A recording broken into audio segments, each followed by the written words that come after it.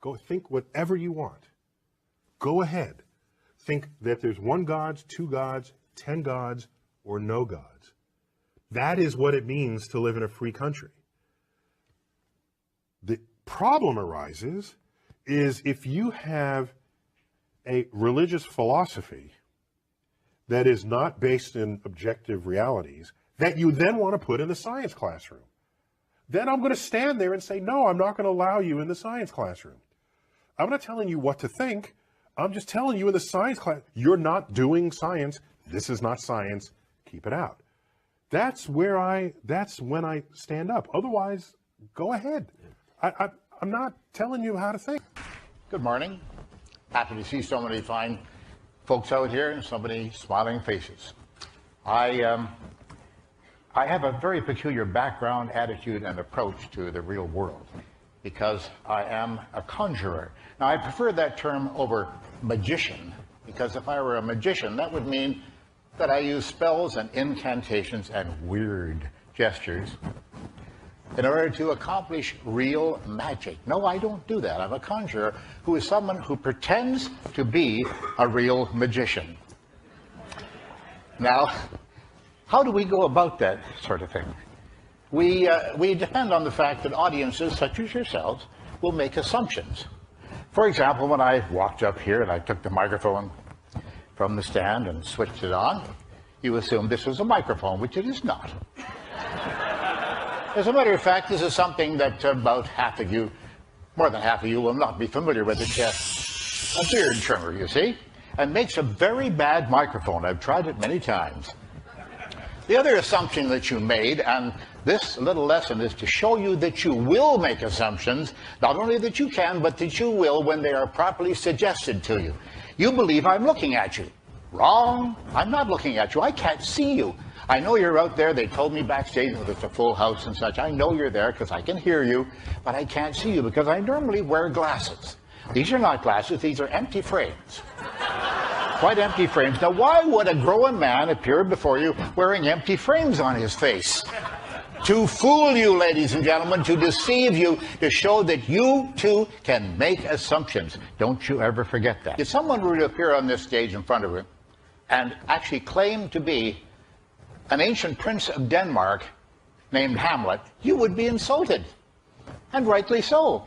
Why would a man assume that you would believe something bizarre like this? But there exists out there a very large population of people who will tell you that they have psychic, magical powers, that they can predict the future, that they can make contact with the deceased. Oh, they also say they will sell you astrology or other fortune-telling methods. Oh, they gladly sell you that, yes. And they also say that they can give you perpetual motion machines and free energy systems. They claim to be psychics or sensitives, whatever they claim. But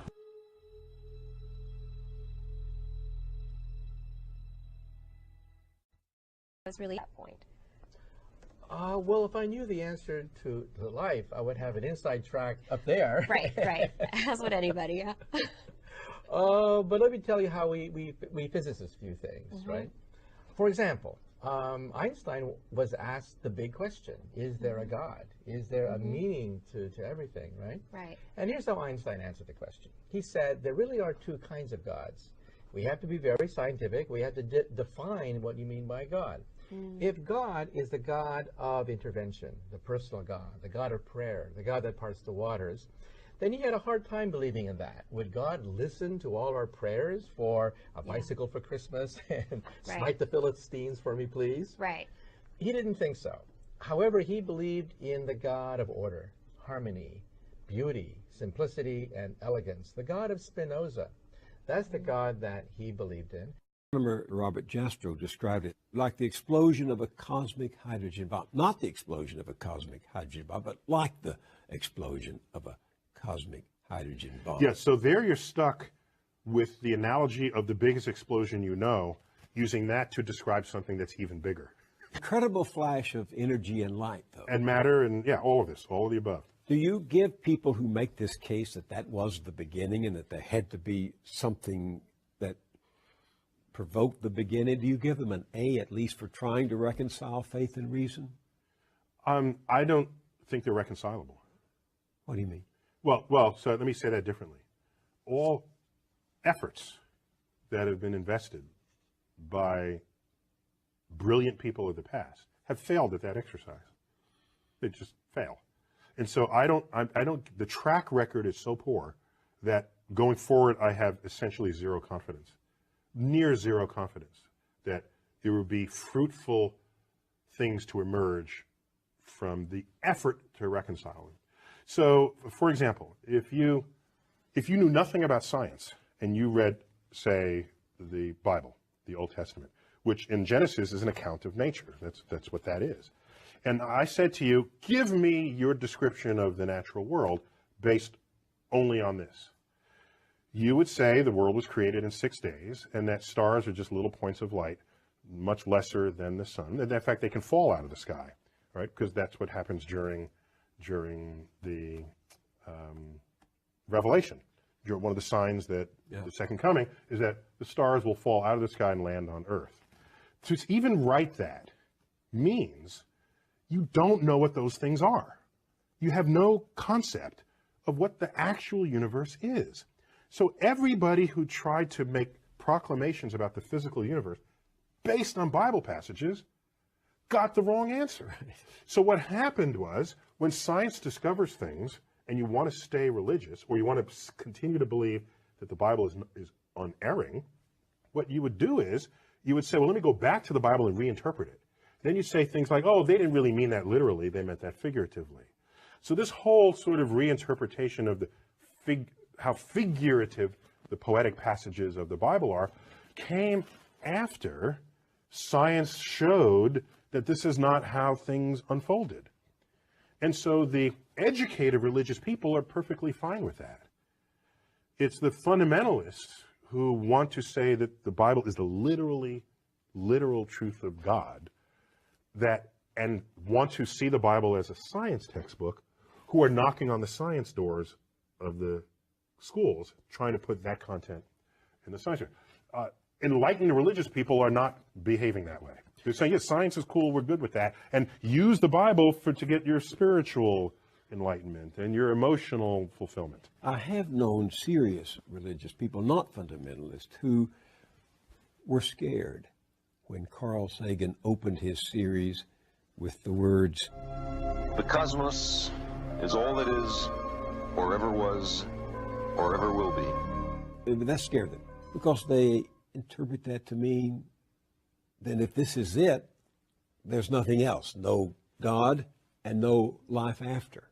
For religious people, many people say, well, God is within you, or God, there are ways that people have shaped this, rather than God as an old gray-bearded man in the clouds.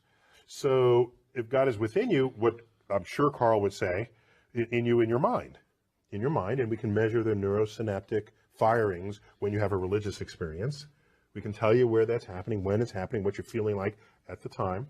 So your mind, of course, is still within the cosmos. But do you have any sympathy for people who seem to only feel safe in the vastness of the universe you describe in your show, if they can infer a personal God who makes it more hospitable to them, who cares for them? In this, what we tell ourselves is a free country, which means you should have freedom of thought. I don't care what you think. I just don't. Go think whatever you want. Go ahead. Think that there's one God, 2 gods, 10 gods, or no gods. That is what it means to live in a free country. The problem arises is if you have a religious philosophy that is not based in objective realities that you then want to put in the science classroom. Then I'm going to stand there and say, no, I'm not going to allow you in the science classroom. I'm not telling you what to think. I'm just telling you in the science class, you're not doing science. This is not science. Keep it out. That's when I stand up. Otherwise, go ahead. I'm not telling you how to think. I think you must realize that some people are going to go to your show at the planetarium and they're going to say, aha, those scientists have discovered God, because God, dark matter, is what holds this universe together. Was that a question? It's a statement. You know they're going to say that. So the history of discovery, particularly cosmic discovery, but discovery in general, scientific discovery, is one where at any given moment there's a frontier. And there tends to be an urge for people, especially religious people, to assert that across that boundary into the unknown lies the handiwork of God. This shows up a lot. Newton even said it. He had his laws of gravity and motion, and he was explaining the moon and the planet. He was there. He doesn't mention God for any of that. And then he gets to the limits of what his equations can calculate. So I can't quite figure this out. Maybe God steps in and makes it right every now and then.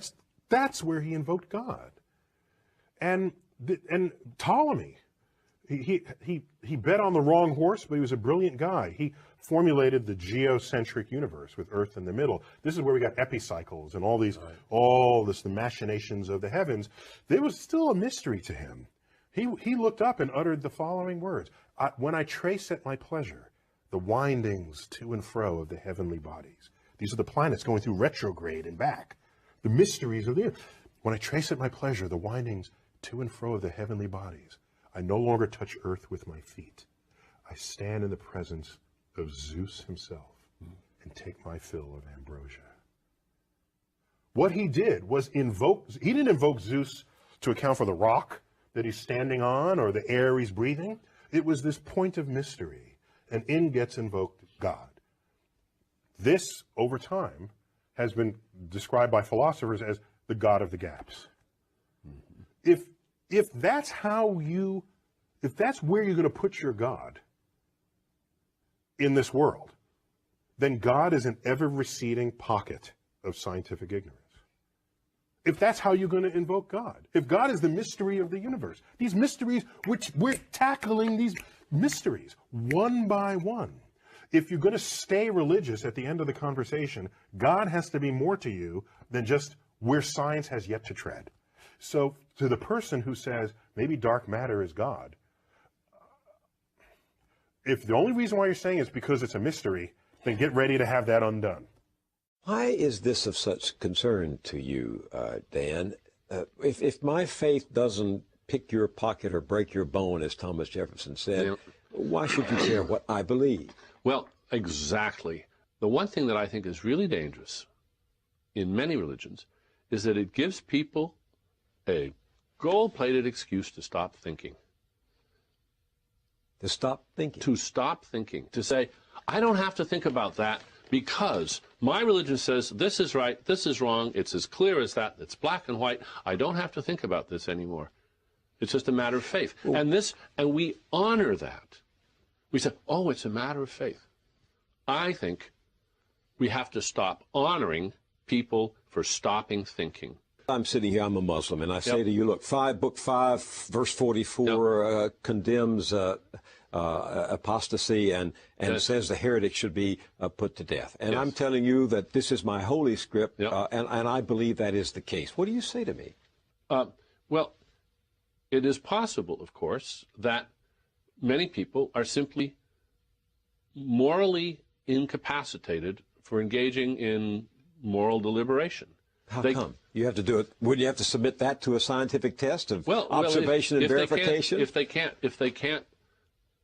they can't hold a discussion, a reasonable, respectful political discussion about these issues, without simply playing the faith card, then I guess they have to admit that they can't defend what they're saying. There are clerics in Islam right now who say, death for apostasy, that's our religion, and we should do it. And I think everybody in the world should stand up and say, don't be ridiculous. Don't be silly. That is barbaric. It is simply beyond the pale. It doesn't matter what your tradition is. This is not a tradition that should be honored. Finally, you've been on some cable competition to Fox, which is why many people probably didn't hear you say this, because nobody watches. But you say on a couple of shows that I saw that a lot of Americans are too stupid. They just don't understand what's going on, and therefore they make fallacious decisions. You feel a little bit of an elitism Same thing, yeah. That's, by the way, that's basically the same thing John Boehner said the other day when he was asked about what was in the pledge that the Republicans... He was basically, and you know what? I agree with him, because when you do surveys with the American people and you say, yes, we all agree there's a giant deficit. How should we solve it? Should we raise taxes or cut spending? They will all say cut spending. Never raise taxes, cut spending. Next question, what should we cut? Answer, absolutely nothing. Okay, I don't know any of those kinds of people, but really, I mean, do you really, do you feel comfortable? That's what the American people say. Do you feel comfortable saying, look, you American people, most of you are dunderheads and you just don't understand? And I do. You do feel comfortable with do. That? Okay. I absolutely. 60% of the American people, Bill, believe the Noah's Ark story is literally true. Okay. I don't know any of those country, people. I don't know how to you know, I think they found Noah's Ark on some mountain in Turkey. Didn't they find it up there?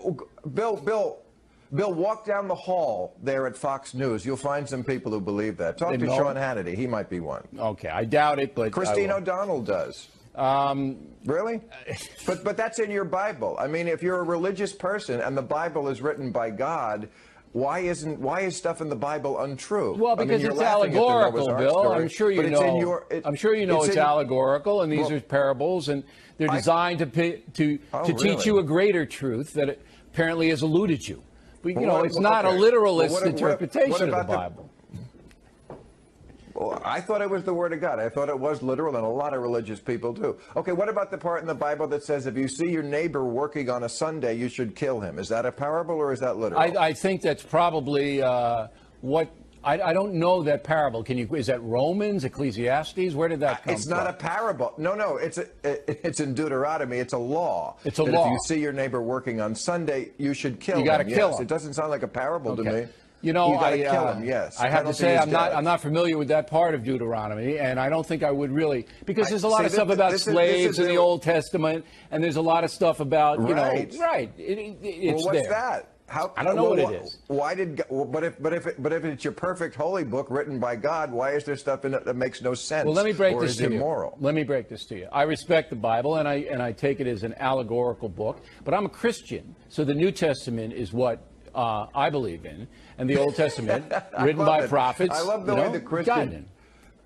Right, but they're both written by God, right? No, I mean, God didn't sit down and write it. They were written by prophets, and they were written by Matthew, Mark, Luke, and God, real human beings who actually took it down. Right. We're talking about the Old Testament now. You know, I know all the Christians want to get behind the happy half of the Bible, where Jesus walks on water. Maybe that's the love half of the Bible that teaches you to love your neighbor as yourself. That's right. Maybe that's what we're trying to get behind here, Mar. I don't know really the downside of that. But you can't disavow the Old Testament. I'm not disavowing anything. I'm telling you what I believe in, and what I believe in is love your neighbor as yourself, and don't call them stupid because they don't agree with you politically. But if you're saying that some things in the Bible are true and other things aren't, it's not like the Constitution, Bill. It was written by God or inspired by God. So how come so much of it is either wacky or immoral? Look, that's the way you see it, all right? Other people see it in a different way. I don't know any Christians or Jews. Your neighbor, I don't know any Christians or Jews killing a neighbor on Sunday. Yes, I don't know anybody who does that except Ted Bundy. Okay, that's all, and he's dead. Right, but it's in the Bible. You see, the difference between us and a lot of the terrorists on the Islamic side is that they take their holy book seriously. We blow it off, but it's in there. Okay, be that as it may. I just want to recap. You say, okay, patronizingly, like it's not real. Well, look, like I already explained to you what I believe, and what I believe is the New Testament based upon love your neighbor as yourself, which I don't see any downside to. But Bill, the only reason you believe what you believe is it can only come from two places. Either somebody told you, like you're a minister, you're priest, a preacher, or you read it in one of the holy books. All right. Well, right? I read the New Testament. There doesn't seem to be a lot of downside to being like Jesus. He seemed to be a pretty good guy to me, Bill. And I think if Jesus were in charge of the country or the world, we'd all be in a lot better place. Would we not?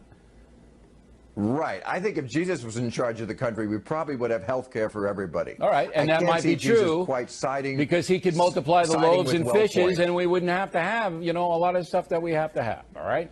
Now, multiply the loaves and fishes. Yeah. Really? Yeah. And he could feed everybody. I'm the bad guy for saying people are dumb. Listen, Bill, you're free to believe what you want to believe. If you want to believe that a little meteorite crashed into the earth and Bill Maher emerged from some swamp someplace, you go right ahead and believe it, man. You and Richard Dawkins and all your crew, you can't explain how the earth got here. You think that's what we believe? You can't explain how the earth got here. You can't. Right. Nobody can explain it, but it doesn't mean that we should make up stories like children to explain All right. it. We at least admit, I don't know. You don't know. Admit that. So don't denigrate people of faith, because your faith that there isn't a God, that there isn't, is just as much of a leap as those who believe. It's just as much, but on the other side. Not. Absolutely not, Bill. You are championing faith, which is the purposeful suspension of critical thinking. That is not what I'm doing. No, you are mocking people who actually have sincere beliefs and follow people like Jesus who did very good things. You mock them, you denigrate them, you make them or try to make them look stupid. Right. That's not noble, Bill. It's not noble. There's a great quote from Thomas Jefferson about how ridicule is the only appropriate way to handle such fantasy. All right. Always lively with you, Mark. I'll send it to you. Okay? And we wish you well, as always. Thanks for coming on. Okay. Thanks, Bill. Dawkins, are you christened yourself as a famous atheist? Yes, as a baby, like many English people, I was baptized. Church of England. You are a professor in biology, yes. And according to you, it's impossible to be a religious man and a professor in biology. That's obviously not true, because plenty of people are both religious and professors of biology, so that can't literally be true. But for you, it was impossible. For me, it was, yes. Yeah. How come is that? Well, I think that the world is explained fully by science, or will be explained fully by science. There is no evidence for any kind of supernatural being of any kind, and so that it goes against the spirit of science to put your trust in the supernatural when the natural explanation is there, and so much more fun and so much more exciting and so much more interesting. Even though you say that, still people believe. Well, a lot of people don't know the facts. A lot of people are simply ignorant of science, and that's no fault of theirs. It's probably the fault of us scientists. But is that the reason people become religious? Well, I think it would help a lot if everybody was educated in science. I think it would help a great deal. Many of the reasons that people give when you ask them why they become religious, they palpably show that they don't actually know any science. I mean, many of them say, for example, oh, how could you not be religious when you look at the beauty of a tree or a bird or a kangaroo? I mean, how could that just come about by chance? Well, of course it doesn't come about by chance. It comes about by evolution, by natural selection. And that's an explicable and explained and understood process. There's far more beauty in a real understanding of the reality of nature than there is in reading some ancient book, or than reading some modern book, which is what the Book of Mormon is. And I have to say that when I read the Book of Mormon recently, I didn't read it all, what impressed me was that it's an obvious fake. I mean, this is a 19th century book written in 16th century English, and it came to pass, verily I say unto you, and things like that. That's not the way people talked in the 19th century. It's a fake. So it's not beautiful. It's a work of charlatanry. The Quran are both genuinely ancient books. So they're not obvious fakes in the way the Book of Mormon is.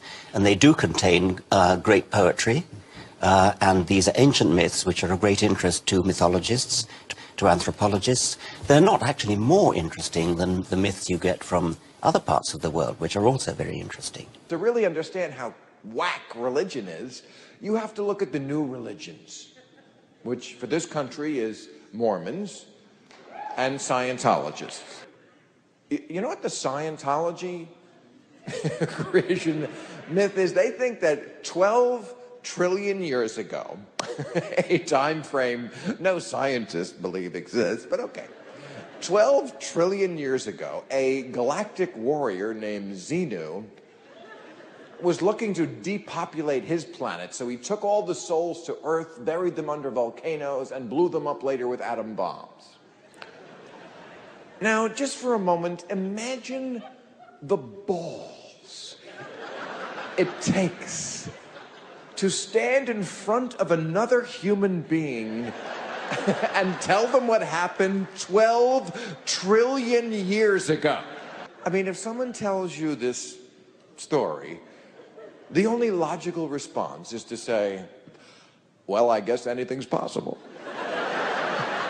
And then backpedal while maintaining a smile and dialing 911 in your pocket, because that's fucking crazy. Say, what's the harm with religion? It's mass delusion. Anytime there's mass delusion, bad things do follow. You know, believing that the Earth is 5,000 years old and was created in 6 days, that's not really a moral or a value. It's just stupid. And we found out just last week that airport security in this country still sucks. Like we can't do security well. Have you ever been to a casino? You can't do math in your head without being spotted, videotaped, hustled off the floor, and buried in the desert by Joe Pesci. But you must be jumping up and down, because this is what you've devoted your life to, evolutionary biology, and here they found this new species from 4.4 million years ago. How is that possible if the Earth is only 10,000 years old? It's called Ardipithecus ramidus. It's about 4.4 billion years ago, and as you say, billion. What did I say? Billion. It's million. It's 4.4 for million or billion? Million. Million, yes. Isn't that what I said? I hope so. I was testing you. Okay, 4.4 million years, which is a bit older than Lucy, about 3 million years. Right. Lucy is a slightly more complete fossil. It's kind of getting on towards the common ancestor with chimpanzees, which lived about 6 or 7 million years ago. So it's not the common ancestor. It's too recent for that. But the Darwin deniers always say we don't have enough intermediary species in the fossil history. Does this help that? Of course. I mean, that was true when Darwin himself lived. There weren't any. And they still say, show us the missing link. Where's your missing link? And there are quite a few of them now. And, evolved, and we all have the same brain, basically, now. % of the British people think it takes 1 month for the Earth to orbit the Sun. Get that? And 28% of the British people think that humans walked with dinosaurs. 28% of the British people get their science from the Flintstones, in other words. You know, Mormons, I always thought Mormonism was too batshit to catch on here in a big way. But, you know, Glenn Beck, I don't think people realize this. Glenn Beck is a Mormon. Well, Joseph Smith made it up in the 19th century. Right. And he made it up in 17th century English, although writing in the 19th century. I mean, it's got charlatan written absolutely all over it, and how it can possibly have caught on and still be going strong and getting stronger, and even having candidates for president. Mitt Romney. Yeah. Is a candidate for president. Yeah. And Glenn Beck is a candidate for Thorazine.